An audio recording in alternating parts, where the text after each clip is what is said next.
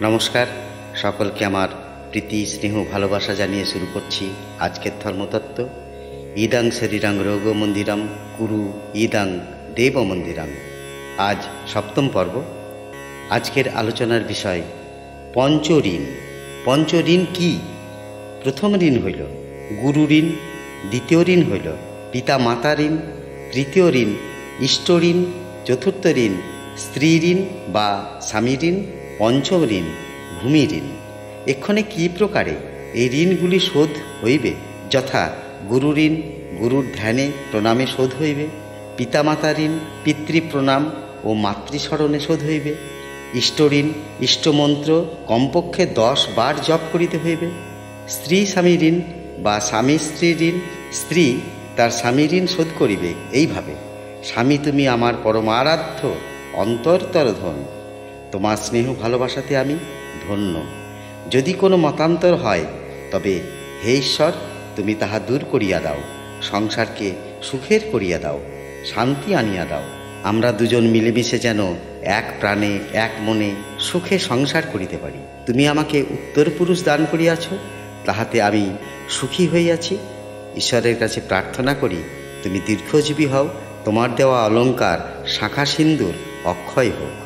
বিপরীতক্রমে স্বামী কিভাবে স্ত্রী ঋণ শোধ করিবে? স্বামীর পার্শ্বে স্ত্রীকে প্রত্যক্ষ রাখিয়া বা পরোক্ষে রাখিয়া স্বামী স্ত্রীকে বলিবে, তুমি আমার স্নেহ ভালোবাসার ধন, তোমার স্নেহ যত্ন আদরে আমি অত্যন্ত সুখী।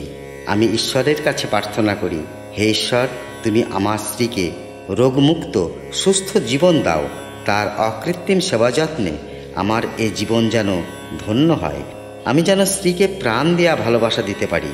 পরিশেষে জানাই, তুমি আমার বংশকে ধারণ করিয়াছ, তুমি অপার স্নেহ ভালোবাসা দানে বড় করিয়াছ, তাহাতে আমি ধন্য। স্বামী স্ত্রী ঋণ পরিশোধের একটি নমুনা দেওয়া হইল মাত্র।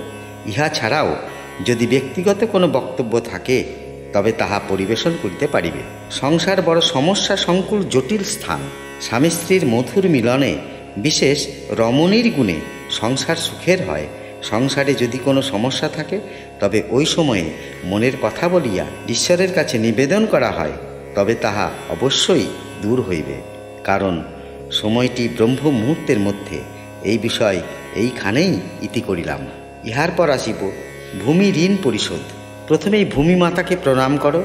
মন্ত্র যথা ওং প্রিয়া দণ্ডাবৈ ভুবে নমঃ।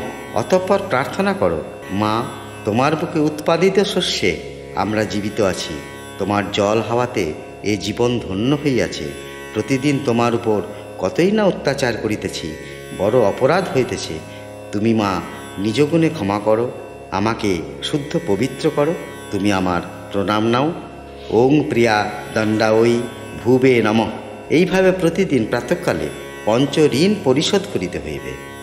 পঞ্চঋণ সম্বন্ধে আলোচনা আজ এখানেই সমাপ্ত হল। পরবর্তী পর্বে শয্যা হইতে ওঠার কৌশল সম্বন্ধে আলোচনা করা হইবে। নমস্কার, ভালো থাকুন, সুস্থ থাকুন।